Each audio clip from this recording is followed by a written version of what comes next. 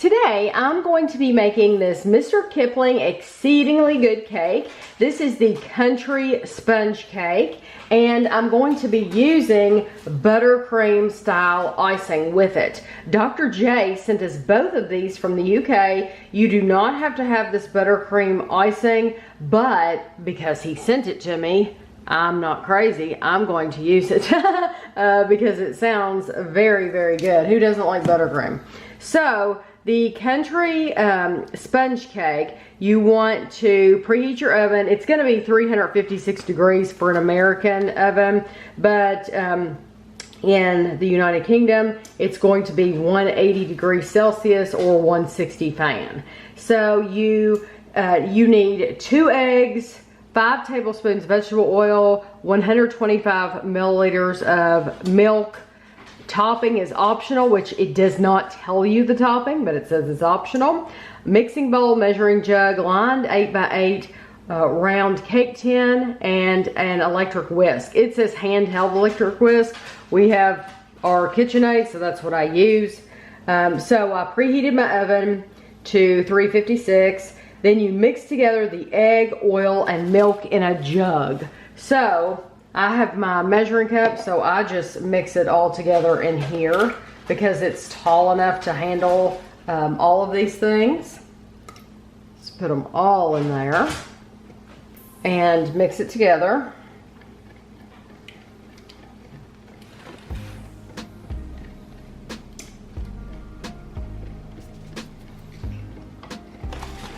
So in this box, you have one package. This is what it looks like. Pour this in.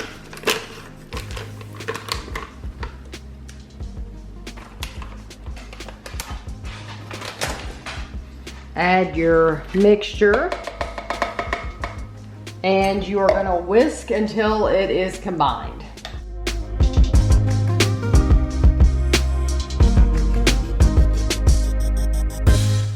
I did scrape down my bowl once during that process, and I'm glad I did because there was still powder at the bottom. So next you want to pour this evenly, disperse it between 2 pans. The difference between this cake and the last Mr. Kipling cake that I made, the last one said to grease to line it and grease it. This one did not say to grease it. This one just said to line the baking tin. So I asked Kevin for his advice. Of course, I didn't take his advice.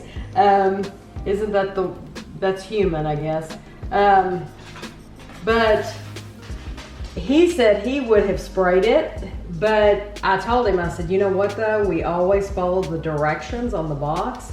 And if I don't follow the directions and something happens, then somebody's gonna say, well, you didn't follow the directions. So I'm following the directions. I did not grease the pan at all. And I just lined the bottom. So I'm gonna spread this out a little bit. I cut my paper a little big. So we'll see how these come out. You can already tell this one's going to be thicker because I cut it bigger. Okay, so now you want to bake this for 30 to 35 minutes. So I'm going to go right in the middle. I'm going to bake it for probably 32 minutes and we'll be back. This is how the cakes look straight out of the oven. They smell wonderful. So I'm going to set a timer for an hour and let them cool completely, and then we'll be back. So it will be interesting, like I said, to see if this sticks at all because I didn't put any spray. I didn't use any spray, but I'm just gonna gently go around the edge here of the pan.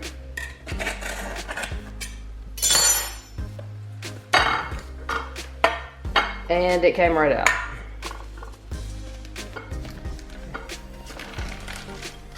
There we go. And you can see all the currants through there. Okay, so I'm gonna use this, like I said on the package, the directions, It says the topping is optional, but it doesn't tell you what that topping is. I have no idea. So Dr. J sent me this icing, and I figure he sent it to go with this cake. So this is Buttercream Style Icing, and you can pipe it on. However, I'm just going to frost it like I would a regular cake. I'm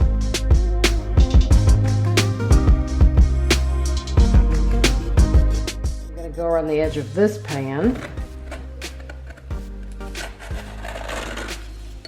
Oh, that already started coming up. There we go. It's very simple. Make sure you don't forget your paper. And now I'm going to use the rest of my frosting, my icing.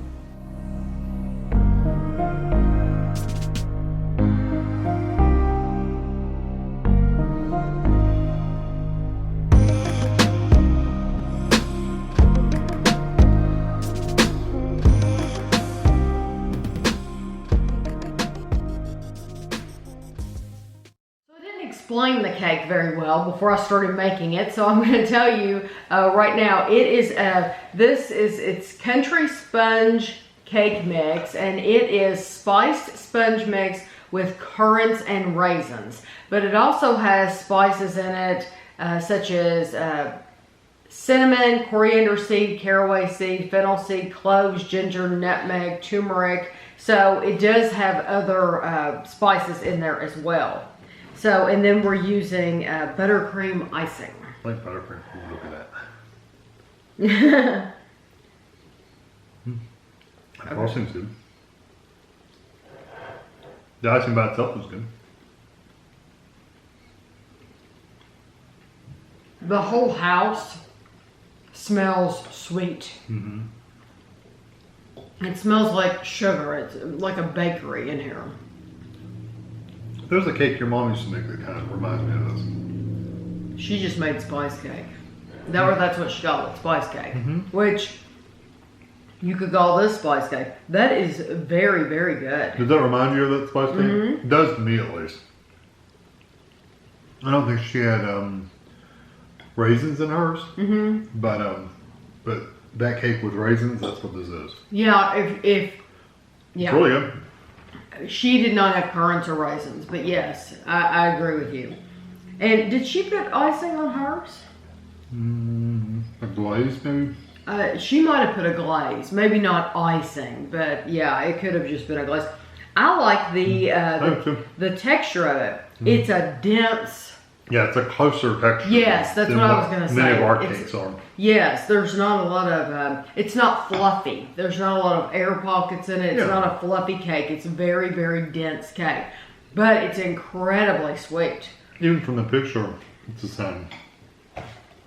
Yeah, it is. It's not a lot of air holes. Yeah, it's a very dense cake. So mine came out exactly the way it was supposed to. And it's so easy to make. It's very good. I like these a lot. This is the second Mr. Kipling we've made. And that frosting would go in any vanilla flavored cake. It would. Or any cake that would go good with vanilla frosting. Do you think you would like this without the frosting? I know. I've kind of taken a few bites that were kind of low on frosting, and it's still good. I think I would with coffee. Mm-hmm. Because it's a little dry without the icing. So it has a good flavor, but it's dry. So you're going to want something, milk, tea, coffee, something like that with it.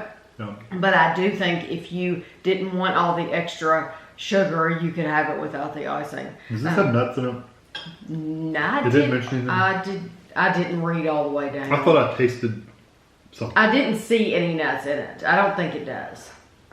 But good cake. Like I was going to say, this is the second Mr. Kipling cake that we've made. Both of them, you make them in the exact same way. Very easy to make. You don't need a lot of extra ingredients. You know, just some milk and oil and egg. So your typical cake mix. Mm-hmm. But very, very good. It's good. Yeah. So thank you so much to Dr. J for sending it to us. And thanks for watching.